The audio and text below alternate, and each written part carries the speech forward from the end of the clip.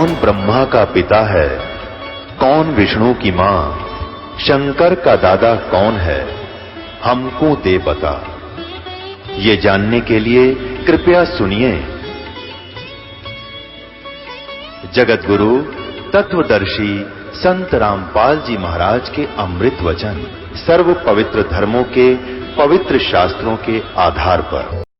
अब तत्व ज्ञान परमात्मा कहते हैं, जो हम तत्व ज्ञान बताते हैं, भक्ति शास्त्र अनुसार बताते हैं, इसने तो सुनकर राजी नहीं, और बाकी कितनी ही इसके पीठ पर लाद दे ये गलत साधना, सारिया ने गधे की तरह खींचे चला जाएगा।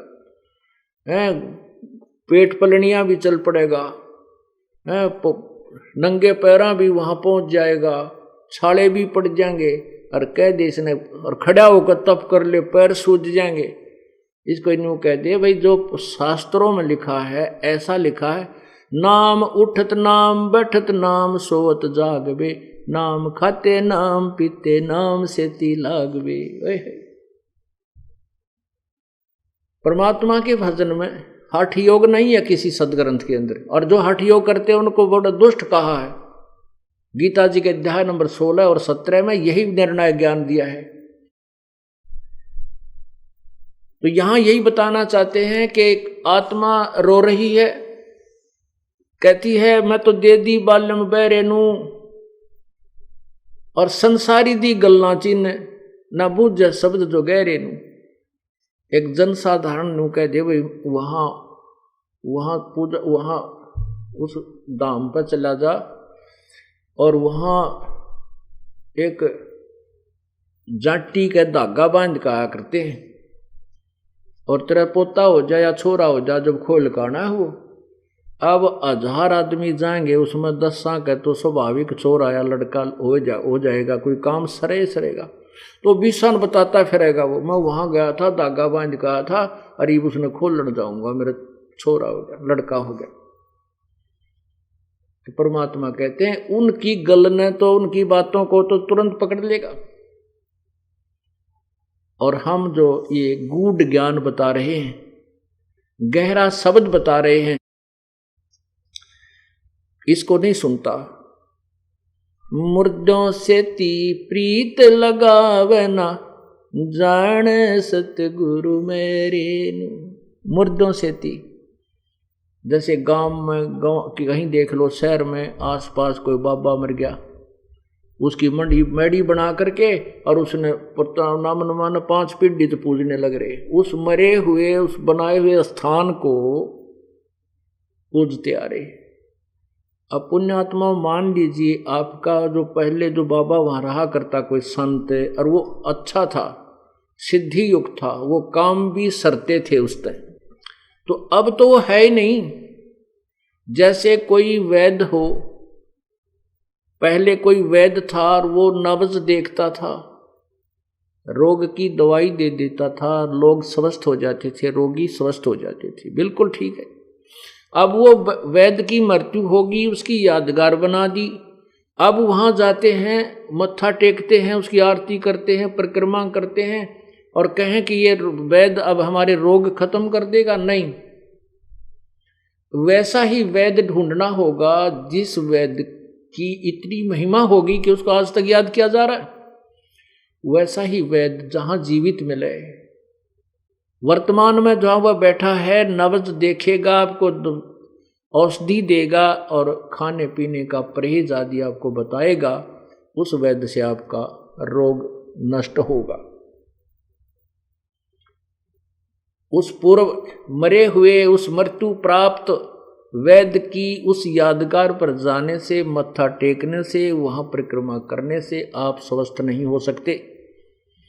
ठीक इसी प्रकार कहते मुर्दों से ती प्रीत लगावे, न जाने सतगुरु मेरे नू। उन मरे हुओं से तो प्यार कर रहा है, और जिंदा जो संत सतगुरु आवाज लगाता है उसको नहीं सुनता, उसकी बात पर विश्वास नहीं करता।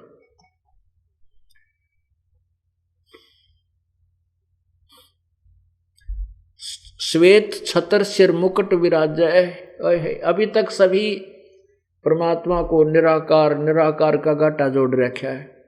आप किसी पवित्र हिंदू धर्म के अनुयायी ने या उस महापुरुष ने या किसी संत ने या मंडलेश्वर ने ऋषि ने पूछ ले, महर्षि आखिर में यही कहेंगे परमात्मा निराकार है।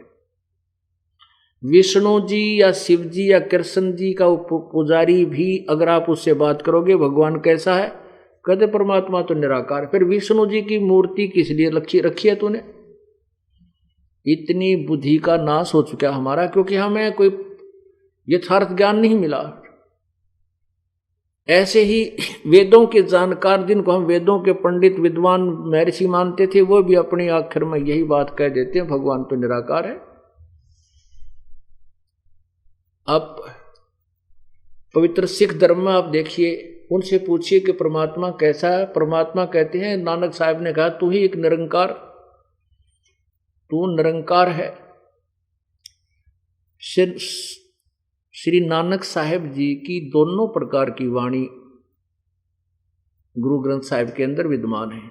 जैसे वो पहले हिंदू धर्म में जन्मे थे और श्री ब्रजलाल पांडे से ब्राह्मण से वो गीता का ज्ञान पढ़ा करते थे, अक्षर ज्ञान भी उन्होंने प्राप्त था, कुछ संस्कृत भी जानते थे और हिंदी भी पढ़े थे, फारसी भी पढ़े थे। जब तक वो हिंदू धर्म के ज्ञान पर आधारित थे तब तक तो प्रभु को निराकार कहते थे। फिर परमात्मा स्वयं आए थे, उनको बेई नदी पर मिले थे, उनको सतलोक लेकर गए थे। उसके उपरांत उन्होंने परमात्मा को निराकार नहीं कहा। उसके बाद तो कहा कि फाई सूरत मल की वेश ए ठगवाड़ा ठगी देश खरा सियाणा बोता बार ये धानक रूप रहा करता। श्री गुरु ग्रंथ साहिब श्री राग श्री और पृष्ठ नंबर 24 पे ये पूरा शब्द लिखा है और पन्ना नंबर 721 पर गुरु ग्रंथ साहिब में लिखा है कि हक्का करीम करीम तू, हक्का कबीर करीम तू, ओहो बेऐब परवरदिगार, एक अर्ज गुप्तम पेश तोदर कून करतार, हक्का कबीर करीम तू बेऐब परवरदिगार। हक्का कबीर माने सत्य कबीर। और इसी प्रकार पवित्र ईसाई धर्म के किसी भी अनुयायी को आप पूछिए, वो कहेगा परमात्मा कैसा है। अंग्रेजी बोलते हैं वो लोग ज्यादा, कहते हैं गॉड इज फॉर्मलेस। फॉर्मलेस में निराकार। और जबकि पवित्र बाइबल में स्पष्ट किया कि परमात्मा ने मनुष्य बनाए, अपने जैसे अपने स्वरूप के अनुसार बनाए, तो परमात्मा कैसा हुआ? साकार हुआ, निराकार नहीं। देखिएगा पवित्र बाइबल, ये देखिएगा पवित्र बाइबल संपूर्ण जीवन अध्ययन बाइबल। अब इसमें नीचे देखिएगा क्या लिखा, यहां कहां से प्रकाशित है ये जर्नल एडिटर, ये जर्नल एडिटर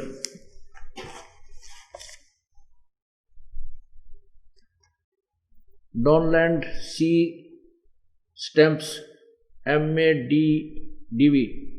आगे देखिए कहां से प्रकाशित है, life publishers international, Springfield Michigan USA, printed in India. अब इसके प्रश्न नंबर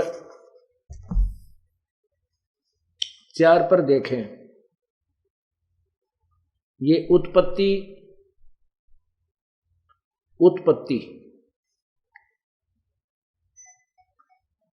अब देखें उत्पत्ति। यहां परमात्मा ने आदि में परमेश्वर ने आकाश और पृथ्वी की सृष्टि की। पृथ्वी बेडौल सुनसान पड़ी थी और गहरे जल के ऊपर तैर रही थी, अंधियारा था तथा परमेश्वर का आत्मा जल के ऊपर मंडराता था। अब हम जो सिद्ध करना चाहते हैं, नीचे आइएगा, ये प्रथम परमेश्वर ने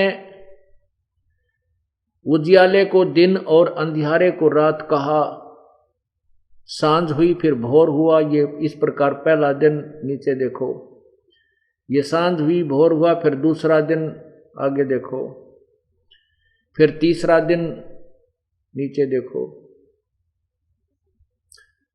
सांझ हुई, फिर चौथा दिन, यहां हो, फिर सांझ हुई, भोर हुआ, इस प्रकार पांचवा दिन, यहां देखो। अब छठवां दिन जो है, फिर परमेश्वर ने कहा कि हम मनुष्य को अपने स्वरूप के अनुसार अपनी समानता में बनाएं और वे समुद्र की मछलियों, आकाश के पक्षियों, घरेलू पशुओं और सारी पृथ्वी पर और सब रेंगने वाले जंतुओं पर जो पृथ्वी पर रेंगते हैं अधिकार रखें। यानी उनमें स्याना हो, कंट्रोलर हो, लेकिन खाने के लिए नहीं कहा। आगे देखना। तब परमेश्वर ने मनुष्य को अपने स्वरूप के अनुसार उत्पन्न किया। अपने ही स्वरूप के अनुसार परमेश्वर ने उसको उत्पन्न किया, नर और नारी करके उसने मनुष्य की सृष्टि की। और परमेश्वर उनको आशीष दी और उनसे कहा कि फूलो और फलो और पृथ्वी भर पर में भर जाओ। आगे देखो, ये देखना।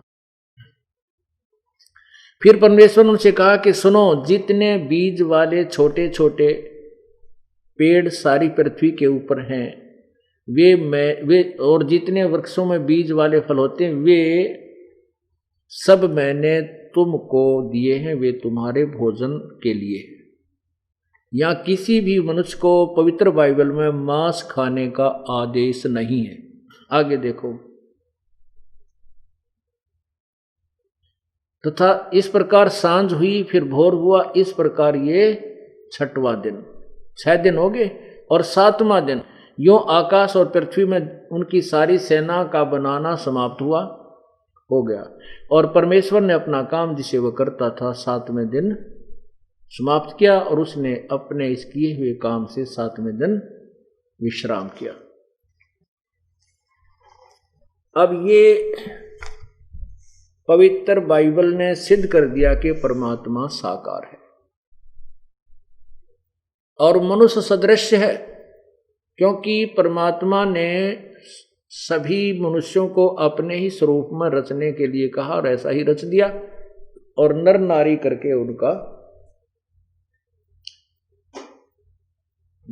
करके उनकी सृष्टि की।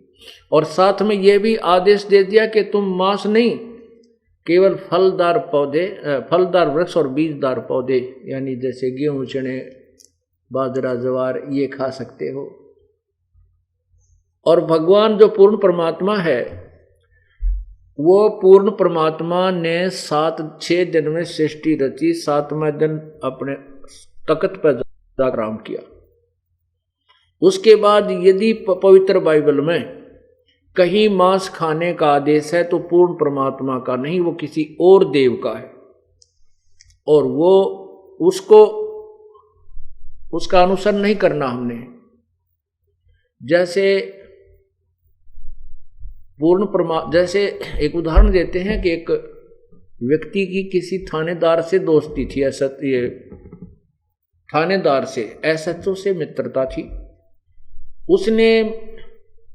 उस व्यक्ति ने अपने मित्र एसएचओ यानी थानेदार से कहा कि मेरा पड़ोसी मुझे बहुत तंग करता है, नहीं मानता, मैंने सब प्रार्थना की है, वो बहुत परेशान करता है। तो उस एसएचओ ने अपने मित्र से कह दिया कि मार लठ उसके माप देख लूंगा।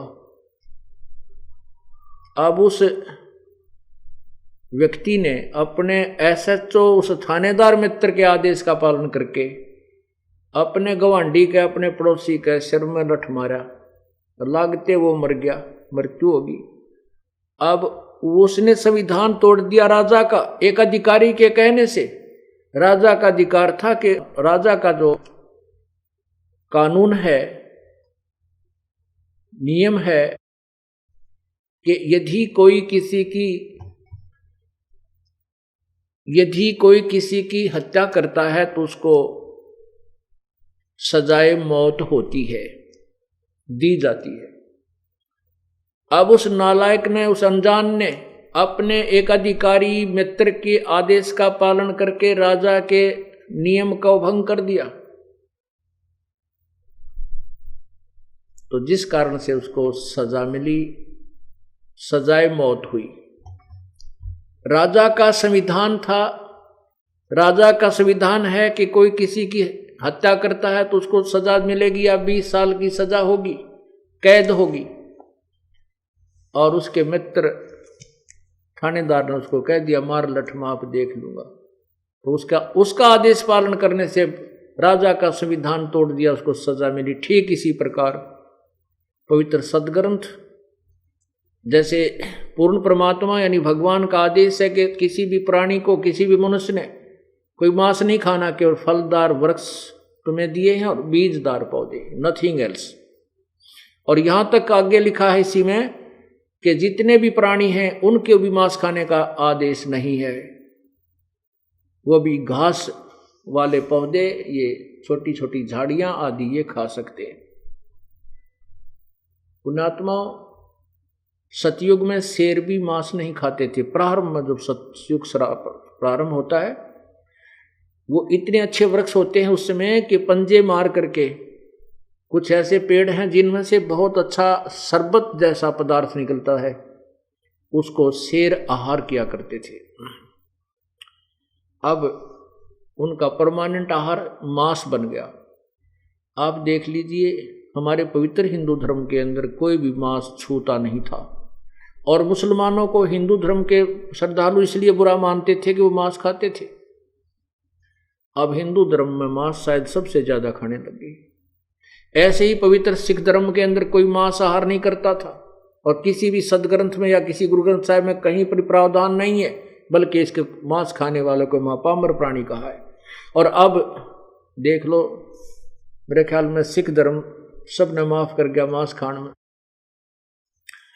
अगर और समय में 100-200 वर्ष के बाद कोई ये कहेगा कि हमारे पूर्वज श्री नानक जी और वो 10 बादशाह कभी मांस नहीं खाते थे, कोई नहीं मानेगा। इसी प्रकार सतयुग में शेर मांस नहीं खाते थे प्रारंभ में। मनुष्य का तो कहना ही क्या है। तो यही समझ लेना चाहिए कि परमात्मा जो पूर्ण ब्रह्म है, उसने 6 दिन में सृष्टि रची और इस काल के को संभाल दी इसकी, और आप सतलोक में जाके विराजमान हो गया, अपने तख्त पर बैठ गया। अब इसी का प्रमाण पवित्र कुरान शरीफ देखिए, सूरत फुरकानी 25 आयत नंबर 52 से 59 में स्पष्ट किया है।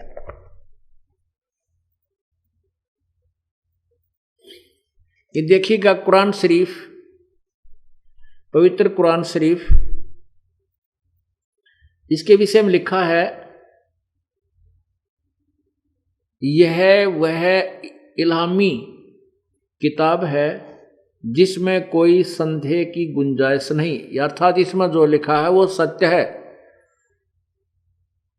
कुरान शरीफ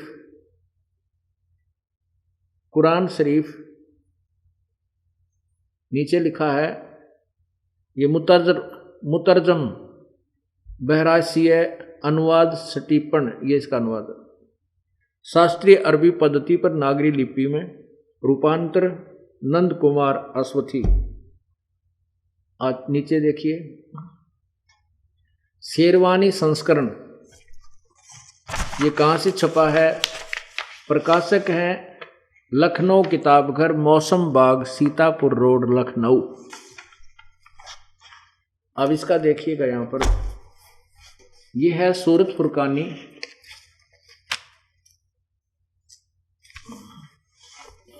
सूरत फुरकानी 25, और प्रश्न नंबर देखना इधर 604 पे नीचे आइएगा। पहले हम ये संस्कृत ये देखते हैं फारसी।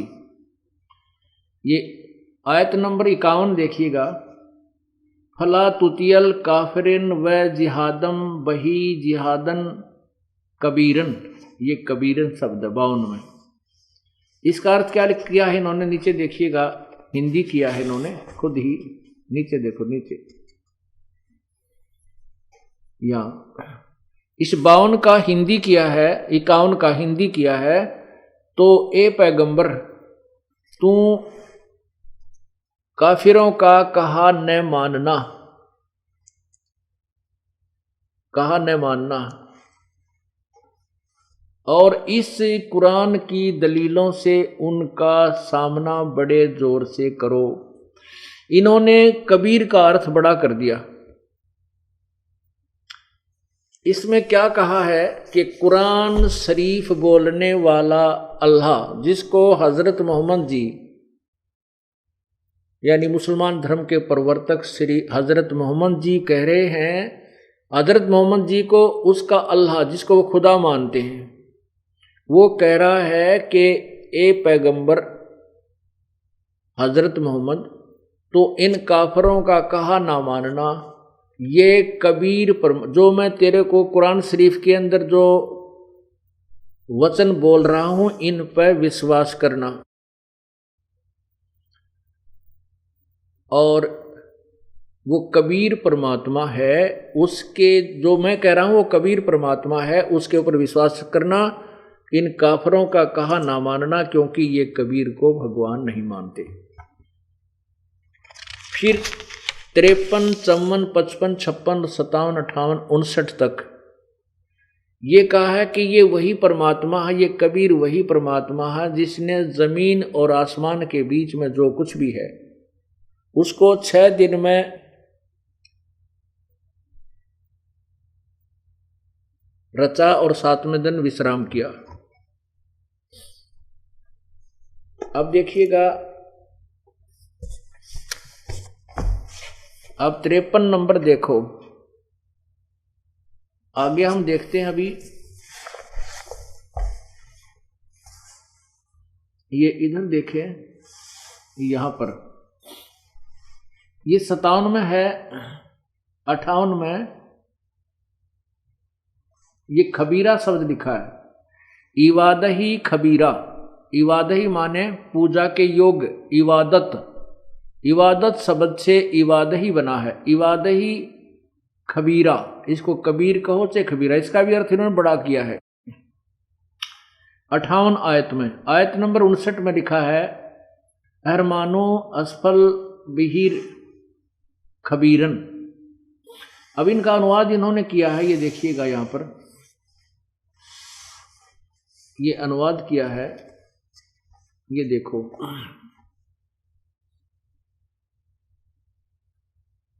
ये अब 57 का जो 58 में देखो, ए पैगंबर, हजरत मोहम्मद का खुदा कह रहा है, ए पैगंबर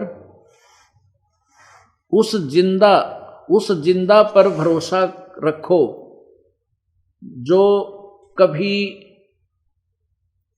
मरने वाला नहीं है, अर्थात वो वास्तव में अविनाशी है, और तारीफ के साथ उसकी पाकी बयान करते रहो, और अपने बंदों के गुनाहों से वह काफ़ी खबरदार है। यहाँ इन्होंने कबीरा का अर्थ बड़ा कर दिया, काफ़ी, बहुत नहीं। वो कबीर परमात्मा अपने बंदों के अपराधों को माफ़ कर देता है, उनका गुनाहों को से खूब परिचित है, अक्षमा कर देता है। इसका वास्तविक अर्थ ये बनता है। फिर भी 59 में क्या कहा कि जिसने आसमान और जमीन के और जो कुछ उन आसमान और जमीन और जो कुछ उनके बीच में है सबको 6 दिन में पैदा किया, फिर तख्त पर जा विराजा, वह अल्लाह बड़ा, वह अल्लाह कबीर। वो अल्लाह कबीर, बड़ा का अर्थ कबीर, इन्होंने कबीर का अर्थ बड़ा कर दिया। हम कहते हैं वह अल्लाह कबीर रहमान है, दयालु है। और तो उसकी खबर, उस कबीर नामक परमात्मा की खबर किसी बाखबर इल्म वाले से पूछ देखो।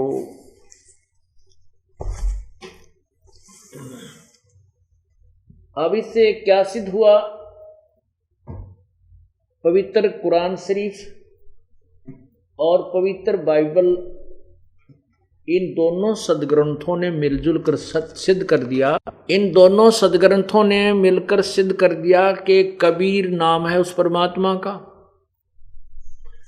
और उसी ने 6 दिन में सृष्टि की, 7वें दिन तख्त पर जा बैठा। तख्त पर जा बैठा तो साकार है, निराकार नहीं है। और पवित्र कुरान शरीफ को बोलने वाला अल्लाह कह रहा है कि उस कबीर नामक परमात्मा के विषय में, उस पूर्ण भगवान के विषय में मैं परिचित नहीं हूं, उसकी खबर किसी बाखबर यानी तत्वदर्शी संत से पूछ देखो। यही पवित्र गीता जी अध्याय नंबर 4 के श्लोक 34 में, पवित्र यजुर्वेद अध्याय नंबर 40 के श्लोक 10 और 13 में, गीता ज्ञान दाता और वेद ज्ञान दाता ब्रह्म कह रहा है कि उस तत्व ज्ञान के विषय में पूर्ण परमात्मा के, उस परमात्म तत्व के पूर्ण परमात्मा के विषय में किसी तत्वदर्शी संत से पूछो। अब सभी सदग्रंथों का एक ही निष्कर्ष निकला कि पूर्ण परमात्मा कबीर है और वो मनुष्य सदृश है, नर आकार है उसका।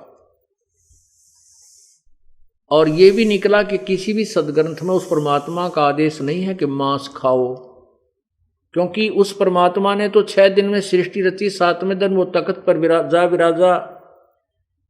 उसके बाद यदि कुरान शरीफ में किसी और अल्लाह ने, किसी देवता ने, फरिश्ते ने अगर मांस खाने का कोई कहा है तो वो पूर्ण परमात्मा का विधान नहीं है। उसके आदेश का पालन करके मांस खाना तो उस पर पूर्ण परमात्मा के संविधान को भंग करना है, जिसकी सजा भोगनी होगी। जैसा आपको अभी उदाहरण सुना था उसी को यहां समझना। साथ में ये भी कहा कि वो उस परमात्मा के, जो कबीर परमात्मा है, जो हजरत मोहम्मद जी के को कहा है कि जो तुझे जिंदा रूप में मिला था, उस जिंदा पर भरोसा करना।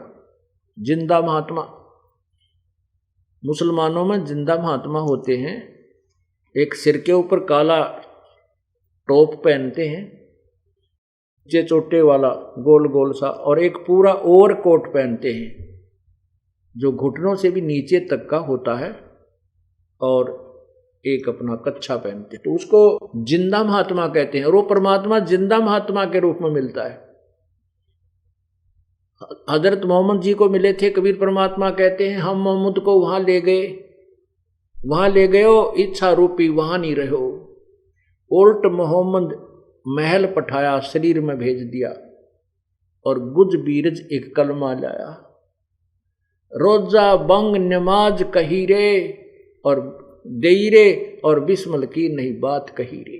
कहते हजरत मोहम्मद ने भी मांस खाने के लिए या किसी गौ या बकरे को बिस्मल करने के लिए नहीं कहा, हाँ रोजा और नमाज करने की तो उन्होंने कहा। और साथ में ये बताते हैं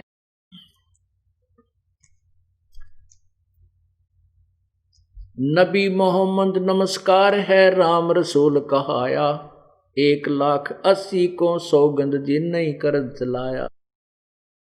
अरस कुरस पर अलय तकत है, खालक बिन नहीं खाली, वो पैगंबर पाक पुरुष थे साहिब के अब्दाली।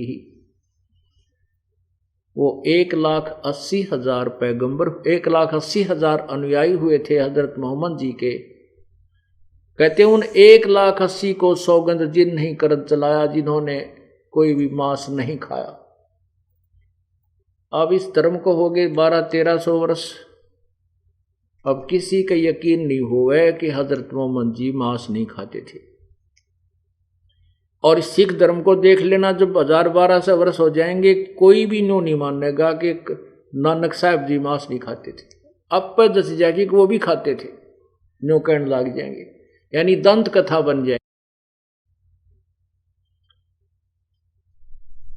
तो कहने का हमारा भाव ये है कि इस तत्व ज्ञान को बार बार समझाना और कहना उद्देश्य यही है कि हम पूर्ण परमात्मा को और तत्व ज्ञान को, यथार्थ मोक्ष मार्ग को पहचान कर अपना कल्याण करवाएं। अब इनसे दोनों सदग्रंथों ने तो, तीनों सदग्रंथों ने, 3 धर्मों में सिद्ध हो गया कि परमात्मा साकार है। अब आपको यजुर्वेद के अंदर दिखाते हैं परमात्मा सशरीर है। अब ये चारों 3 धर्मों में सिद्ध है, चौथा धर्म आपके समक्ष और प्रस्तुत करते हैं। और सभी धर्मों के जो मार्गदर्शक वर्तमान के, पूर्व वाले नहीं, उन्होंने सही बताया है, वर्तमान के जो मार्गदर्शक हैं वो हमें सच्चाई से परिचित नहीं करा सके। अब देखिएगा यजुर्वेद,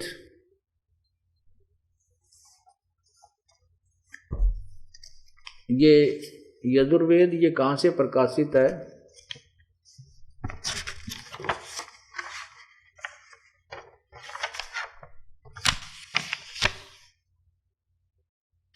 प्रकाशक है सार्वदेशिक आर्य प्रतिनिधि सभा 2/5 महर्षि दानंद भवन, रामलीला मैदान, नई दिल्ली से। और ये कहाँ से मुद्रक? Prince offset printers 1510 Pataudi house, Daryaganj, नई दिल्ली। अब इसमें ये महर्षि दानंद सरस्वती द्वारा अनुवादित है। महर्षि दानंद जी भी परमात्मा को निराकार कहते हैं, जबकि वेद साकार बतावें। ये देखो पंचम अध्याय, पंचम अध्याय आरंभ, नीचे देखो, ये प्रथम मंत्र में 5वें अध्याय के में लिखा, अग्ने तनुरसी विष्णुवे तवा सोमस्य तनुरसी। अग्ने माने परमेश्वर, तनु माने सशरीर, असी माने है। विष्णुवे तवा सोमस्य, सर्व के पालन करने के लिए, तवा माने उस, सोमस्य माने अमर पुरुष यानी भगवान अमर परमात्मा का, अविनाशी प्रभु का, तनु माने शरीर, असी माने है। नीचे देखिए अनुवाद महर्षि जी का। सच्चाई को छुपाने के लिए, अपनी अधूरी सोच को परखने के लिए स्वामी दयानंद जी ने कितना अनर्थ किया है। हे मनुष्यों, तुम लोग जैसे मैं जो हवि अग्नि, अग्नि माने बिजली प्रसिद्ध रूप, अग्नि के, तनु माने शरीर के, समान असी माने है। इसकी सेंटेंस की कोई सेंस भी नहीं बनती। ये कहना क्या चाहते हैं स्वामी जी? जबकि सीधा अर्थ है अग्नि माने परमेश्वर और तनु माने शरीर, असी माने है। आगे है तवा माने उस, इन्होंने लिखा है उसको विष्णुवे माने यज्ञ की सिद्धि के लिए स्वीकार करता हूं। जो सोमस्य माने जगत में उत्पन्न हुए पदार्थ समूह की, तनु माने विस्तार पूर्वक सामग्री, असी माने। देख के क्या अनर्थ कर डाला। अब ये देखिएगा इसी 5वें अध्याय के 35वें श्लोक में स्वयं ही कहते हैं कि तनु माने ना, सोम माने परमेश्वर। ये देखो ये 35वां श्लोक है। सोम, ये सोम माने ऐश्वर्य देने वाले जगदीश्वर, सोम। और पुण्यात्मा यहां देखिए फिर सोमस्य, हम इसको सीधा अर्थ कर लें सोमस्य, विष्णुवे तवा सोमस्य।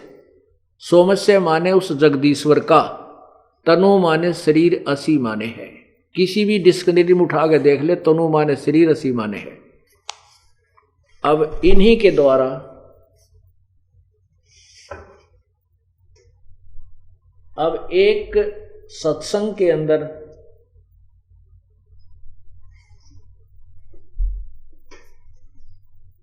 हर प्रकार के श्रोता आते हैं, प्रथम बार भी आए होंगे और कुछ एक को स्पेशल प्रार्थना करके भी हमारे भक्त लाए होंगे। इसलिए उनको भी पूर्ण रूप से समझाने के लिए कि अग्नि माने परमेश्वर होता है। ये स्वामी दयानंद जी ने सत्यार प्रकाश के प्रारंभ में लिखा है कि जहां अग्नि शब्द हो उसको परमेश्वर मानिए। और इन्हीं के आधार से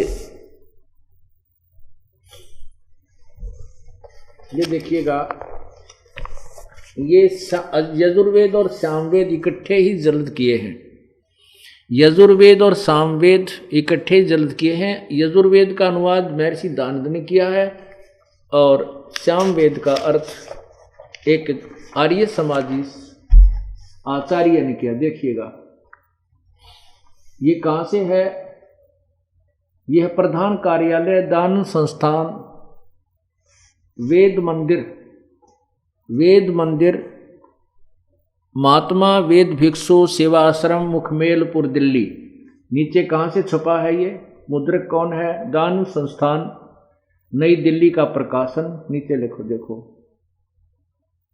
ये है, प्रकाशक है पंडिता राकेश रानी, अध्यक्ष दानंद संस्थान, 2286 आर्य समाज मार्ग, करोल बाग, नई दिल्ली। इसमें अग्नि माने ये सामवेद में, ये देखिएगा, ये सामवेद यहां से प्रारंभ होता है। इसमें प्रथम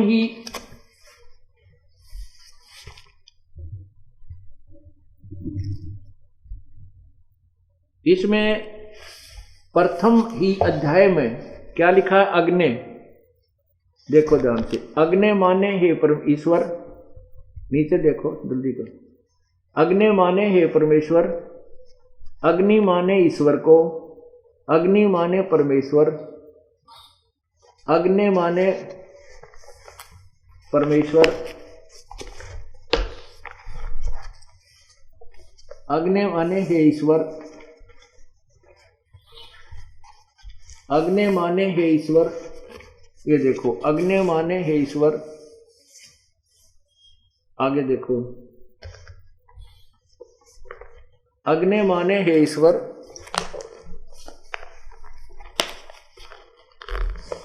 अग्नि माने हे परमेश्वर। आगे देखो इस साइड पर, शुरू से अग्नि माने हे ईश्वर। नीचे देखो, अग्नि माने हे परमेश्वर, अग्नि माने हे परमेश्वर। और भी सैकड़ों जगह पर जितने भी लाल निशान आपको दिखते हैं, अग्नि माने परमेश्वर। और यहां अग्नि माने परमेश्वर लिख दे, अग्नि माने परमेश्वर, तनु माने स, शरीर रसी माने है विष्णुवे तवा सोमस्य तनुरसी। विष्णुवे सबके पालन के लिए, तवा माने उस, सोमस्य माने अमर पुरुष का, तनु माने शरीर, असी माने है नथिंग एल्स। इसका सीधा सा सॉल्यूशन, सरलार्थ ये बनता है। पुण्यात्माओं, इस सत्य को आपके हृदय में जमाने के लिए अब कितने पापड़ बेलने पड़ गए। गुरुआ गाम बिगाड़े संतो, इन गुरुआ गाम बिगाड़े, ऐसे कर्म जीव कहला दिए, ईव जड़े नहीं जाड़े। इन नकली संतों ने, नकली ऋषियों ने, नकली जगत गुरुओं ने और नकली सतगुरुओं ने ऐसे गांव के गांव बिगाड़ दिए, शहर के शहर यानी पूरा देश का देश खराब कर दिया। ऐसे कर्म, ऐसे शास्त्र विरुद्ध साधना पर लगा दिए, जड़े नहीं जाड़े, इनसे ये हटाए नहीं हट रहे। अब इस सबसंवेद कबीर परमेश्वर की अमर वाणी को सिद्ध करने के लिए, कौन सी वाणी को? मत दे दी है बालम बैरेनु, मत दे दी है बालम बैरेनु, मैं तो दे दी है।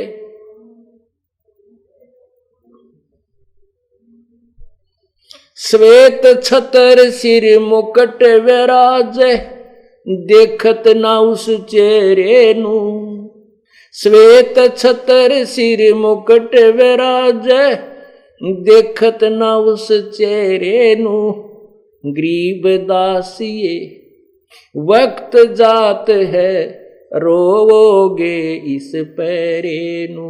गरीब दासिये वक्त जात है, रोवोगे इस पैरे नू। मैं तो दे दी है बालम,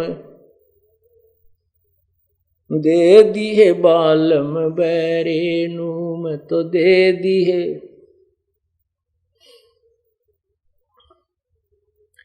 क्या बता के श्वेत छत्र उस पूर्ण परमात्मा के सतलोक के अंदर जहां वो सिंहासन पर विराजमान है, वो पूर्ण ब्रह्म, उसके सिर के ऊपर श्वेत छत्र लगा हुआ है और सिर के ऊपर मुकुट है उस मालिक के। श्वेत छत्र सिर मुकुट विराजे, देखत ना उस चेहरे नू। वो कहते हो साकार परमात्मा को नहीं देख रहे हो।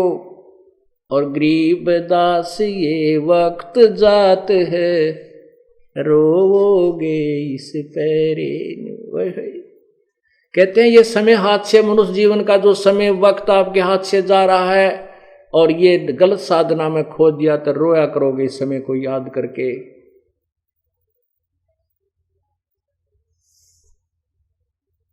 ऊंची थलियां खेती बोवे ये भूल गए नजर डरे नु।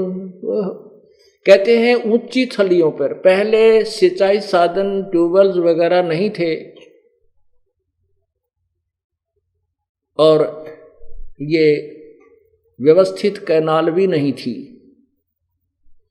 वर्षा पे आधारित होते थे खेती।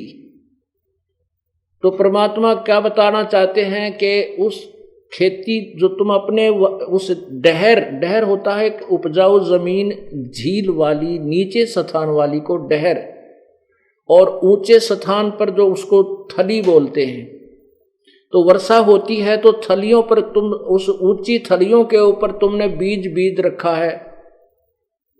उस जो अपने डहर को, जो उपजाऊ जमीन है जहां पर वर्षा का पानी ऊंचे सतलों पर बरस के भी वहां आके रुकता है, जो अच्छी फसल देता है, उस डहर में तुम खेती नहीं कर रहे। उस उपजाऊ जमीन को छोड़कर जो धन देती है ऊंची थलियों के ऊपर तुमने बीज लिया, जो कि वहां आपको कोई लाभ नहीं हो रहा। अर्थात पूर्ण परमात्मा की साधना ना करके आन उपासना, अन्य देवताओं की पूजा पर आप अपना जीवन व्यर्थ कर रहे हो। उसको समझाने के लिए कहते हैं ऊंची थलियां खेती कर दे भूल गए निज डेरे नु, और श्वेत छत्र सिर मुकुट विराजे देखत ना उस चेहरे नु। ये संसार समझदा नहीं कहंदा श्याम दोपहरे नु। ओए होए, ये संसार समझदा नहीं कहंदा श्याम दोपहरे नु। ओए होए, अब हम कहते झूठे सुख को सुख कहे ये मान रहा मन मोदे। हम इस झूठे सुख को सुख मान रहे हैं। उसी के विषय बता रहे हैं कि ये संसार समझदा नहीं कहंदा श्याम दोपहरे नु। जैसे किसी व्यक्ति ने शराब पी रखी हो और जून के महीने में दिन के 12 बजे बाहर पड़ा सड़क पर, उसको कोई कहता है कि उठ ले भाई, बहुत गलत जगह पड़ा है, तो तेरे पसीने आए पड़े हैं। वो कहता मत छेड़ा मुझे, क्योंकि उस नशे में उसने पता ही नहीं। वो कहता नहीं मौज हो रही है यहाँ पर, मत छेड़ मुझे। अब वो नशे में पड़ा, उसको पता नहीं तेरे जो है ना यहाँ मरेगा तो गर्मी के अंदर। हम काल के लोक में एक दूसरे को देखकर अपने दुख को हल्का मानकर सुखी मान रहे हैं। एक व्यक्ति का एक का बेटा था, उसकी मृत्यु हो गई। एक के 3 बेटे थे, उसमें से एक की मृत्यु होगी। अब जब व्यक्ति इकट्ठे होते हैं, किसी के मृत्यु होती है तो चर्चा चलती है कि देख भाई उस फलाने व्यक्ति का एक का बेटा था बेचारे का, वो भी मर गया। तो जिसके 3 नाम थे, एक मरा है, वो 9 सब्र करके संतुष्ट हो जाता है। हे परमात्मा, उससे तो मैं सुखी, उसका एक का था बेचारे का, वो भी मर गया, मेरा तो एक का मरा है। अरे तेरा बुलाओ यो। तो यहां परमात्मा कहते हैं इस झूठे सुख को सुख है ये मान रहा मनमोद, ये सकल चबीना काल का कुछ मुख में कुछ बोध। तो गरीबदास जी महाराज परमात्मा कहते हैं, कबीर परमेश्वर की महिमा बताते हुए गरीबदास जी कहते हैं, गरीबदास ये वक्त जाता रोगे इस पैरे।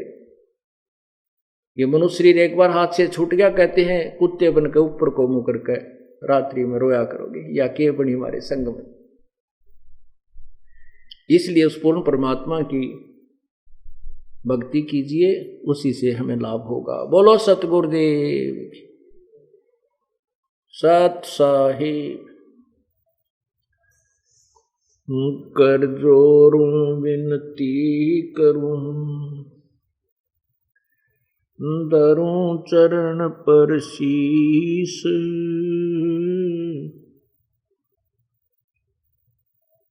गुरु राम देवानंद जी महाराज ने दियो नाम बख्शीश, कोटि कोटि सिजदा करूं, कोटि कोटि प्रणाम। चरण कमल में राखियो, मैं बंदी जाम गुलाम। जय इब कै सतगुरु मिले, सब दुख आँखों रोई। चरणों ऊपर शीस रखूं, कहूं जो कहनी हो। कबीर गुरु जी मिलेंगे, पूछेंगे कुशलात। आद अंत की सब कहूं, अपने दिल की बात।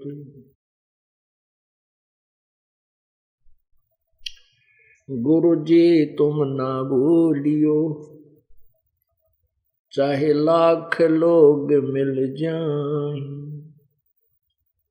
हमसे तुमको बहुत हैं, तुमसे हमको न।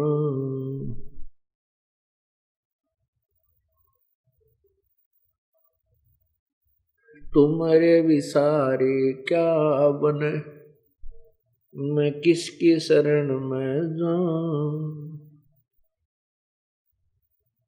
शिव विरंच मुनि नारदा, किनके हृदय न समाऊं। बंदी छोड़ दयाल जी, तुम तक हमारी दौड़। जैसे काग जहाज का, सूजत और न ठोरी। सतगुरु के दरबार में मेरी थर थर कांपे दे। ना जानो किसी बात पर हमरा टूट न जावे ने। कुत्ता तेरे दरबार का, मोतिया मेरा नाम। गले प्रेम की रस्सी, जहाँ खींचो ता जाऊं। तो करो तो बावड़ू, दूर दूर करो तो जाऊं। जो राखो तो ही रहूं, जो देवो सो खाऊं। अब गुण किए तो बहुत किए, करत न मानी हार। बावे बंदा बख्श दियो, बावे गर्दन उतार। अब गुण मेरे बाप जी, बख्शो गरीब नवाज। जो मैं पूत कपूत हूँ, बोर पिता को लाज। राम नाम रटते रहो, जब तक घट में प्राण। कब हो तो दीन दयाल के, बनक पड़ेगी कान।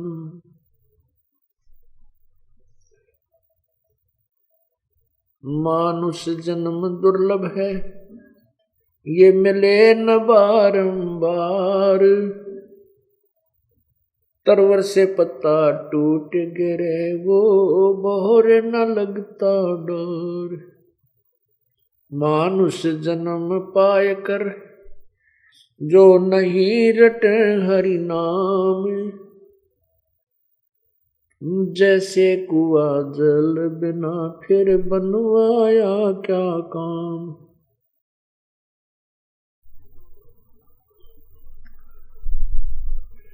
राम रटत कोढ़ी भलो, चू चू पड़े जो चाम, वो सुंदर शरीर किस काम का, जा मुख नाही नाम। राम रटत दारिद्र भलो, टूटी घर की छान, वो कंचन मैल किस काम के, जहाँ भक्ति नहीं भगवान।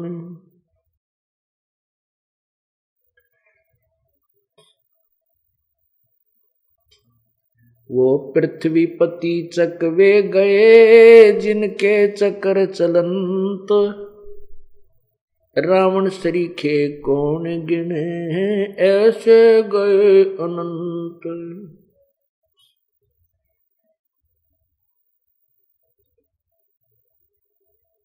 राम रटत कन्या भली, साकट भलो न पूत, बकरी के गल में गलथना, जिसमें दूध ना मूत। परमपिता परमात्मा, सारी सृष्टि के रचना और कुल मालिक कबीर परमेश्वर, हम काल जाल में फंसी हुई अज्ञान आत्माओं को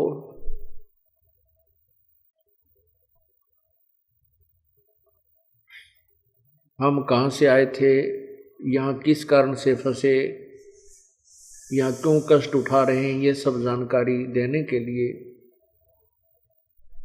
स्वयं आते हैं। फिर वो अपना एक तत्व ज्ञान यहाँ छोड़ जाते हैं और फिर अपने संदेशवाहक, अपने दासों को भेजकर हमें रह रह कर जगाते रहते हैं। लेकिन हमारे ऊपर इस काल की त्रिगुणमयी माया का इतना दबाव हो चुका है कि हम बार बार जगाने पर भी नहीं जागते हैं। वो परमात्मा हमें रह रह कर समझाता है,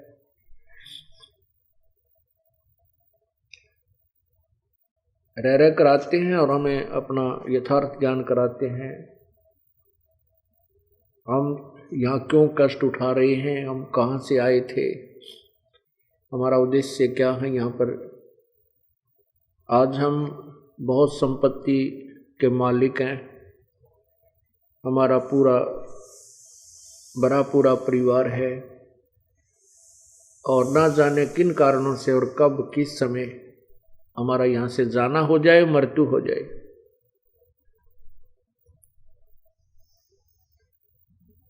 फिर हम क्या करते हैं, कहाँ जाते हैं, क्या वो परिवार अपना था, क्या वह संपत्ति अपनी थी, हम इन बातों पर कभी विचार नहीं करते।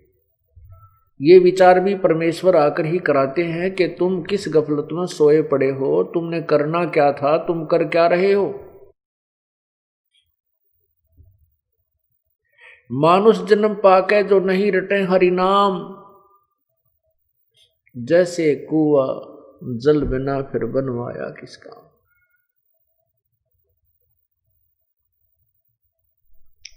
परमात्मा कहते हैं राम रटत कोढ़ी भलो।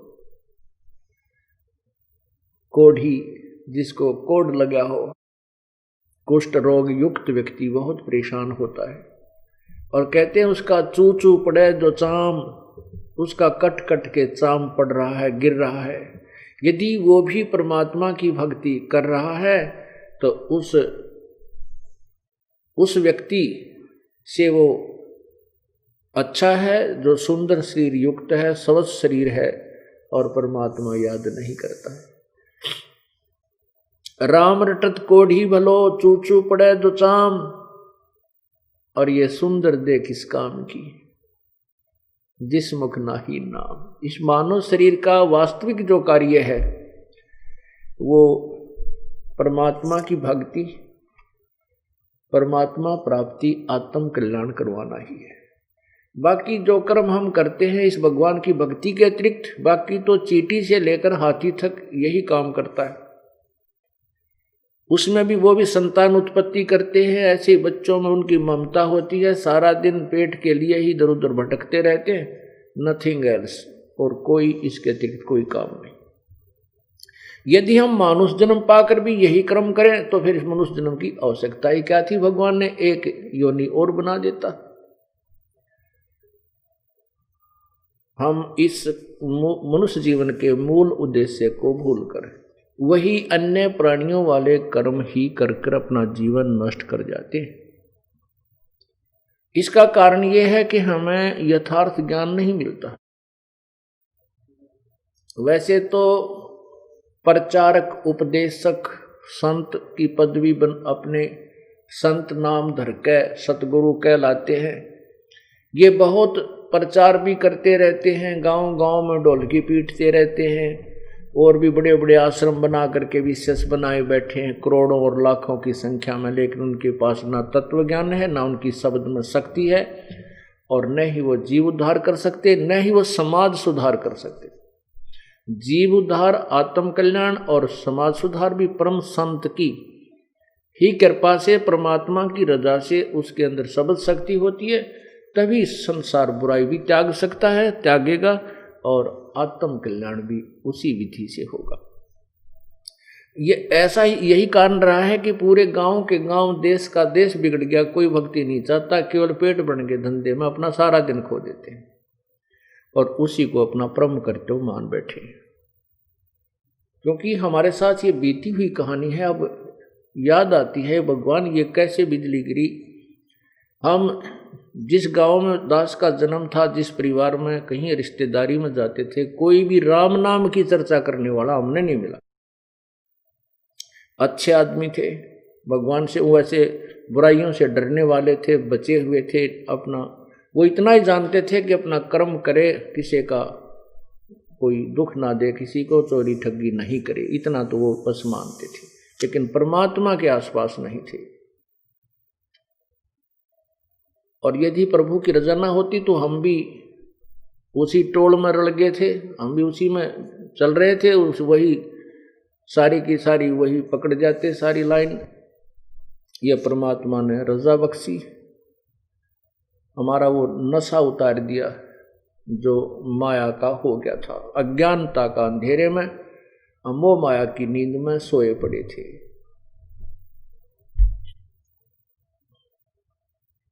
तो ये सब कार्य यही रहा कि कारण यही है कि जैसे गांव गांव में पहले बहुत अच्छे धार्मिक लोग हुआ करते थे और ये नकली संत कथा भी करा करते थे। श्रद्धालु गांव के गांव इकट्ठे होकर उनके वचन सुनते थे, लेकिन उनके वचनों से 1% भी असर किसी का नहीं हुआ करता। क्यों नहीं होता था? क्योंकि उनसे न तो कोई संसारिक सुख होता था उन संतों के द्वारा, और न ही उनके शब्द में शक्ति थी, वो कोई विकार भी नहीं छोड़ सकते थे। इसलिए कुछ दिनों के बाद ये नास्तिक होते चले गए। परमात्मा उनके द्वारा बताई गई विधि से कोई लाभ जनता को नहीं हुआ, श्रोताओं को नहीं हुआ, जिस कारण से उन्होंने परमात्मा को भजना ही त्याग दिया कि कुछ नहीं रखा, सब कुछ साधनाएं कर ली, हमें कोई लाभ हो नहीं रहा। इसलिए ये नास्तिक बन गए। नास्तिक भगवान से दूर हो गए, बीड़ी शराब मांस तंबाकू पीने लगे, चोरी ठगी करने लगे, और चोरी ठगी करके हम धनवान बनने की चेष्टा करने लगे। जबकि परमात्मा की साधना से, भगवान की भक्ति से, विधिवत साधना से हम धनी भी हो सकते हैं, हमारे कष्ट भी दूर हो सकते हैं।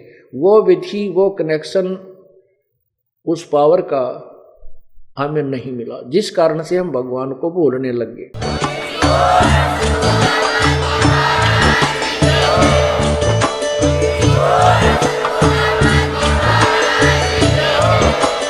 आप सुन रहे थे जगत गुरु तत्वदर्शी संत रामपाल जी महाराज जी के मंगल प्रवचन। अधिक जानकारी के लिए विजिट कीजिए हमारी वेबसाइट www.jagatgururampalji.org। संत रामपाल जी महाराज जी के शुभ आशीर्वाद से पूरे विश्व भर में 500 से भी ज्यादा नाम दीक्षा केंद्र हैं, जिन पर संत रामपाल जी महाराज जी द्वारा ऑनलाइन निशुल्क नाम दीक्षा दी जा रही है। अपने नजदीकी नाम दीक्षा केंद्र का पता करने के लिए संपर्क करें 8222880541।